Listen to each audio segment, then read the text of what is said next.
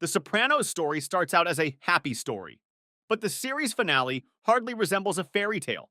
Many characters end up dying, and all choices have consequences.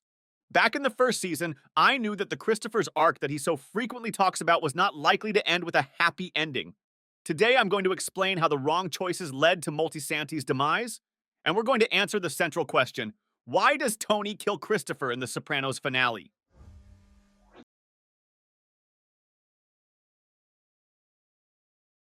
In spite of Christopher's complaints about not having an arc, the reality is that everyone has an arc, though it looks different. Christopher's arc starts from the moment he is born. We all know that the conditions in which we are born greatly affect us, as do the people around us. Moltisanti's drug addiction was the result of both nature and his upbringing. From a natural point of view, Christopher, like his cousin Tony Blundetto, a gambling nut, appears to have inherited his addiction. Christopher's mother appears to be an alcoholic. What's worth realizing is that Christopher is Dickie Moltisanti's son, and as we saw in the film The Many Saints of Newark, Dickie was a heavy drinker, sipping whiskey here and there day and night. There's no mention of his other addictions, but alcohol is a serious drug too. Dad's bad habits will come back to haunt Chris as he begins to follow in his footsteps. In the Sopranos prequel, we witness June's man killing Christopher's father, making his mother a widow and Chris a fatherless man. I won't get into the wilderness and tell you how much the father figure means in men's maturation and lives, but I think it's clear enough here that it's hard for a mother to raise her son alone. The absence of a father negatively affects not only a kid's childhood, but it all usually drags on and affects guys' adulthood. To cut a long story short, Christopher wanted a father, and he found one in Tony Soprano. Of course, Tony has a real son, but to his deepest regret, Anthony Jr. hardly qualifies as a mafioso. Besides, the son managed to inherit Tony's main bargaining chip, the panic attacks. Soprano, it is not difficult to guess, wants to get a decent successor who could take over the reins after the retirement or death of the current boss. Somewhat significantly, Tony and Chrissy represent two different generations of mobsters. Tony is old school, and Christopher is the new generation, which would have made Don Corleone twirl in his coffin for at least 24 hours. Pay attention, in the series, most of the older mafiosi don't use drugs, and more specifically, cocaine or heroin. Once in the ranks of the Mafia, even selling drugs was a taboo. But when the bosses realized what profit such a business could bring, the restriction was loosened. Nevertheless, among old-school mafiosi, it was considered unacceptable to use drugs. Everything changes dramatically, however, when the Mafia youngsters grow up. The new generation of mafiosi doesn't mind getting high, which, of course, interferes with business, because these kids are very easy to make snitches. Recall the ending of Goodfellas and what drug use and dealing drove Henry Hill to. To get screwed big, it's enough just to sell. David Chase shows perfectly in The Sopranos how the cops bust pussy. The fat dude was dealing junk in his free time, and after a tough interrogation, the once stand-up mafioso turns into a rat. Yeah, for a while, Moltisanti manages to keep penning the script, but the entire endeavor falls under Jeannie's wart when Tony finds out about Christopher's little hobby. At that point, Soprano clearly conveys to Christopher that there is no place in their midst for this kind of filmmaker and states that it's time for Christopher to decide whether he wants to be a filmmaker or a stand-up guy. Obviously, it's not an easy choice, but in the end, the desire within Christopher to become a mobster takes over, and the script is shelved. Let's be clear. Tony loved movies. We often see him sitting in front of the TV. Here's the thing. Moltisanti's screenplay could simply get the family in trouble, so Soprano decides to prevent the problem rather than deal with it afterwards. Especially since it's not just money or respect at stake, it's people's fates. It's one thing to go to school for a minor crime, but another thing to go to jail for 20 years under the RICO law. Soprano is not ready to make such a sacrifice. Who knows what Chrissy would say in one of the 120 pages? To illustrate what I mean by Chrissy's inexperience, let us recall how Moltisanti made his bones. That's right, by killing Emil Kohler. Early on, Moltisanti planned to dump the body in the Kohler brothers' dumpster to deliver a message a la Luca Brasi from The Godfather, but the more experienced pussy convinced him to hide the body elsewhere, as it would bring less trouble to the crew. Like no one else on the show, Christopher was given a tremendous number of opportunities to break up with the mob. Already in season 2, Tony offers Moltisanti to leave the Mafia, stating that if the latter quit and pursue a career in the Hollywood scene, there would be no further repercussions for him to be concerned about. But Chris, as always, discards the chance. In fact, he is sympathetic to Tony's ultimatum, because at that moment, Moltisanti is 200% loyal to Tony. Once he even declares that he will go to hell for Soprano if needed. Same goes for Tony. He loves his nephew and sees him as a potential successor. Tony wants to teach Chrissy the craft of a wise guy, so he puts his nephew in charge of a phony stock scheme. Shortly after, Chris's underlings make a failed attempt on his life, as a result of which Moltisanti is hospitalized for a long time. Next, Tony personally decides to get even with Chrissy's assailants, and, together with Pussy, gets rid of Matthew Bevilacqua. After recovering from his wounds, Chris has some great news. The books are about to open, and Uncle Tony tells his nephew to get his suit ready. Soon, Moltisanti will be initiated as a wise guy. Actions speak louder than words, and it is clear to us that Tony is very much emotionally attached to Christopher, or he wouldn't have proposed Moltisanti as a candidate for the wise guy title. Let's not forget that along with Chris, Eugene Pontecorvo joins the ranks of the Goodfellas. Despite his age, Pontecorvo is 40, Eugene is still an associate member of the mob, the lowest-ranking member of the Mafia. My guess is that Eugene wanted to join the Wise Guys when he was 15. Pay attention. It took him about 30 years to become a soldier, while Christopher was in his 30s at the time of the Oath. Tony wanted to make Christopher untouchable as soon as possible. By the way, during the ceremony, he spotted a raven on the windowsill and considered it a bad sign. Moltisanti serves as Tony's voice, relaying his orders to his subordinates to keep the Sopranos safe from potential accusation. However, make no mistake, the Mafia is not a church. Everything here has its price, and everyone tries to make his own profit. The same goes for Tony. In September 2002, Soprano takes the unprecedented step of ordering Moltisanti to kill a retired cop, Barry Haidu. Tony claims that Haidu is responsible for the murder of Christopher's dad. Haidu refuses to admit his guilt, but Moltisanti kills him anyway. Personally, I don't think the cop had anything to do with Dickie's murder. This way, Tony wants to test Christopher's loyalty.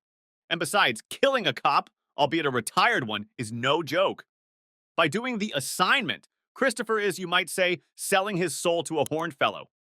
Why do I think the cop had nothing to do with it? It was his last day of duty. My guess is that during his police career, he helped the Soprano family or Tony personally handle not-so-legitimate things. In other words, the cop knew way too much. After he retires, he becomes a burden to Tony, and Soprano decides to get rid of the potential witness, but also wants to test Christopher. However, every cloud has a silver lining. Shortly after killing the cop, Paulie Gualtieri checks in on the prison, and Chrissy becomes the acting capo. This is when Moltisanti's drug habit spirals completely out of control.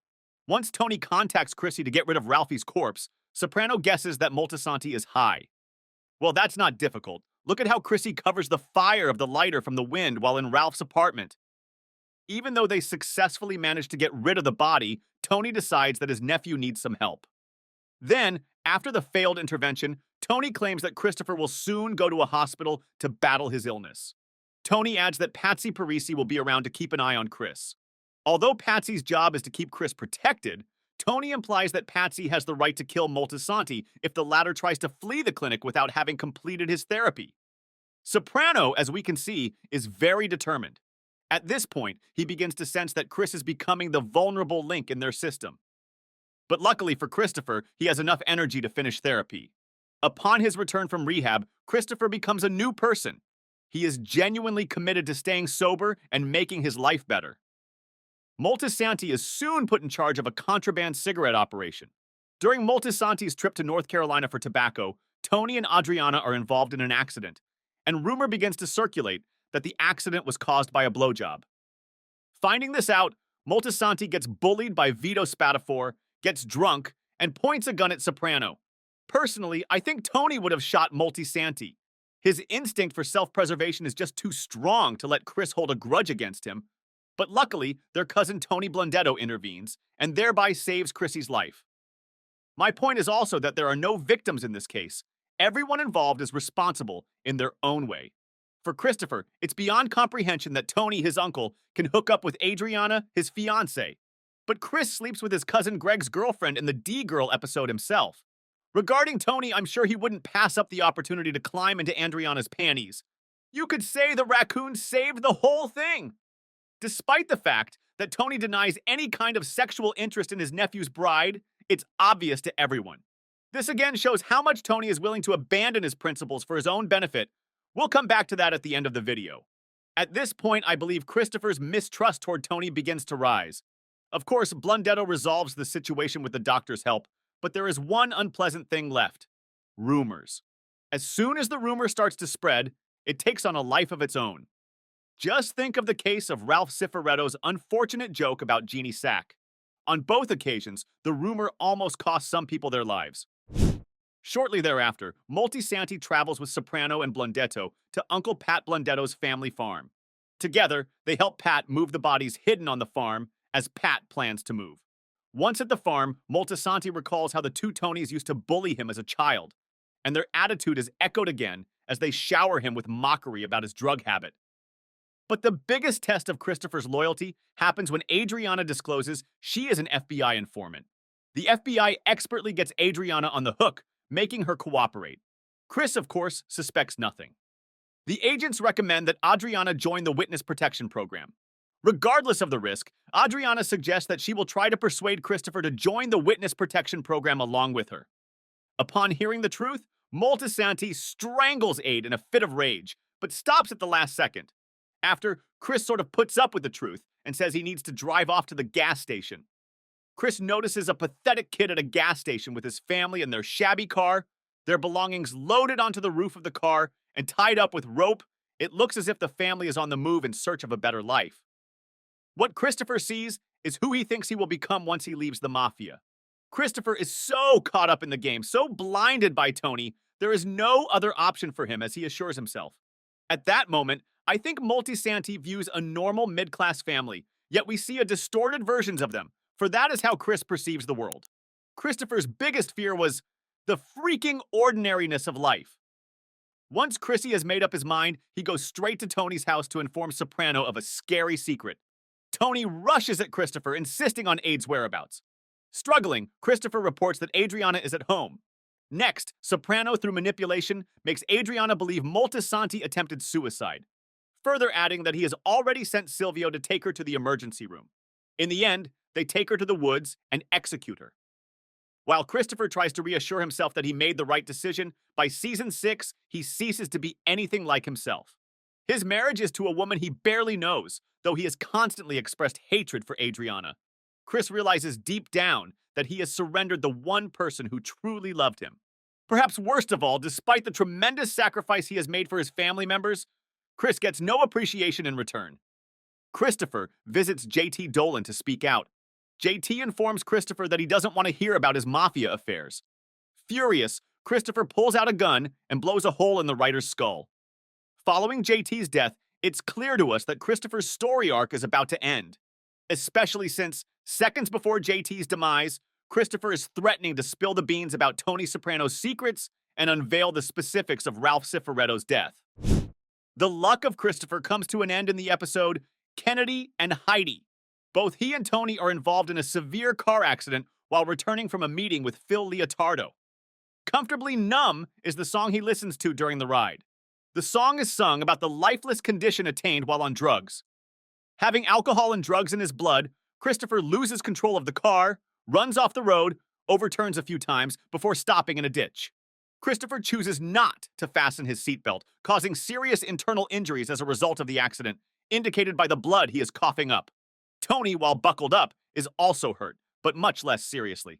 He asks Tony to get a cab because he will fail a drug test and get his license taken away. Outraged by the discovery and afraid that Christopher will dig up dirt, Tony decides to take precautions. Without any hesitation, he smashes a window and forcefully grabs Christopher by the nose, as a result of which Christopher suffocates in his own blood. Early in the series, we think that Tony is just an average person like all of us with his pros and cons. However, in the show's finale, David Chase reveals that Tony is evil. Soprano descended to the point where he can't even bring himself to fake grieving the loss of a dear one. Many times, Tony justifies the murder he committed by referring to the fact that a tree branch hit a child's seat. But let's face it, Tony killed Christopher because he had become a menace to him. After all, Christopher could tell his secrets at any moment. The reasons for this unhappy ending for Christopher are many, but at the heart of it all is his awareness that he made the wrong decision and can never change the situation again, which makes Christopher's demise all the sadder as Moltisanti wastes his opportunity to pursue happiness for the sake of the man who will ultimately end up killing him. If you enjoyed this video, be sure to subscribe to Vano VHS and hit the like button. And if you want to show some love to Vano VHS, you can now buy us a coffee. Check out the link on your screens.